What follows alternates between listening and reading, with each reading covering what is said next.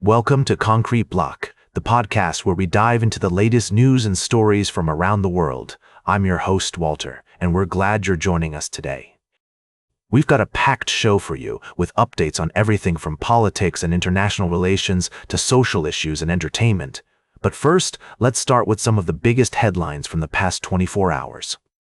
In Bolivia, the first round of presidential elections has taken place, and it looks like the country's 2 decades of left-wing rule may be coming to an end.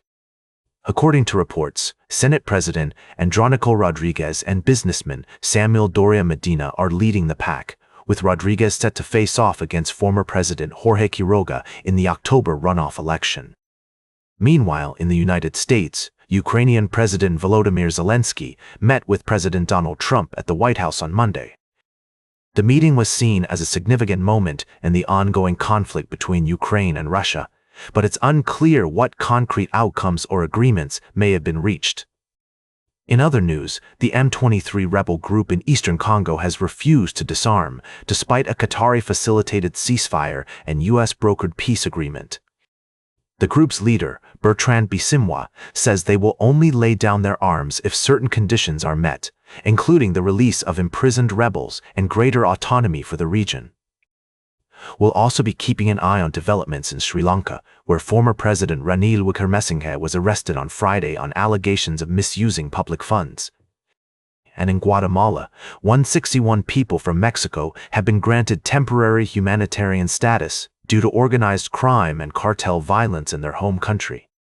Finally, in a lighter note, the Air Guitar World Championships kicked off in Finland this week, with competitors from 13 countries facing off in the annual event. Because, why not? We'll be right back with more of today's top news on Concrete Block. Welcome back to Concrete Block. We're glad you're still with us as we dive into the latest news from around the world. In this segment, we're going to take a closer look at some significant developments in international relations, particularly between the United States and India. First off, let's talk about the nomination of Sergio Gore as the next U.S. ambassador to India. This move comes at a time when U.S.-India ties are somewhat strained due to trade disputes and other issues. Gore, a close aide to President Trump, has been nominated for this key role, which also includes serving as a special envoy for South and Central Asian affairs. Now, it's worth noting that the relationship between the U.S. and India has been a bit rocky lately, with tensions rising over trade tariffs and other economic issues. The planned doubling of U.S. tariffs on India next week is likely to exacerbate these tensions, and it will be interesting to see how Gore navigates this complex situation if he is confirmed by the Senate.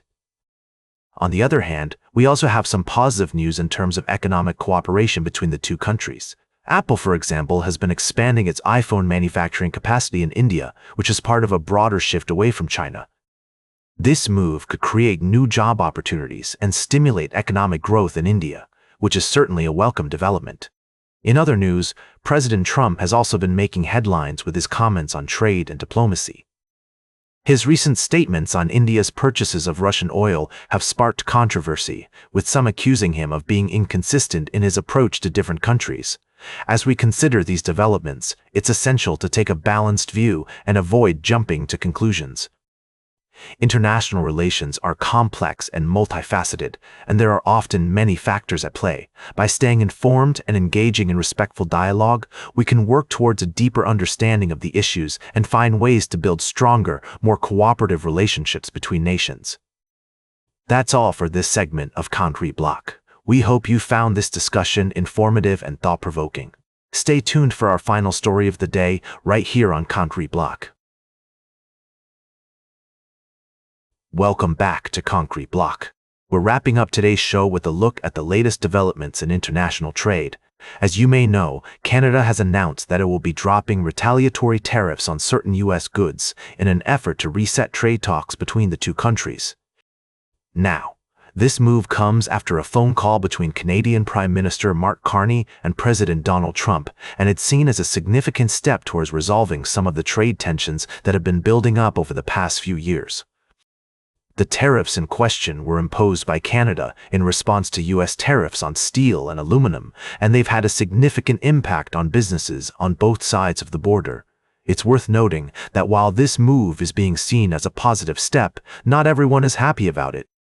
Some critics argue that Canada is giving up too much and that the US is still imposing punitive tariffs on certain Canadian goods. The president of Unifor Canada's largest private sector union has spoken out against the decision, saying that it enables more US aggression and doesn't do enough to protect Canadian workers. On the other hand, proponents of the move argue that it's a necessary step towards preserving the United States-Mexico-Canada Agreement, or USMCA, which is a critical trade deal for all three countries. They point out that over 85% of Canada-US trade is still tariff-free, and that this move will help to maintain a positive trading relationship between the two nations.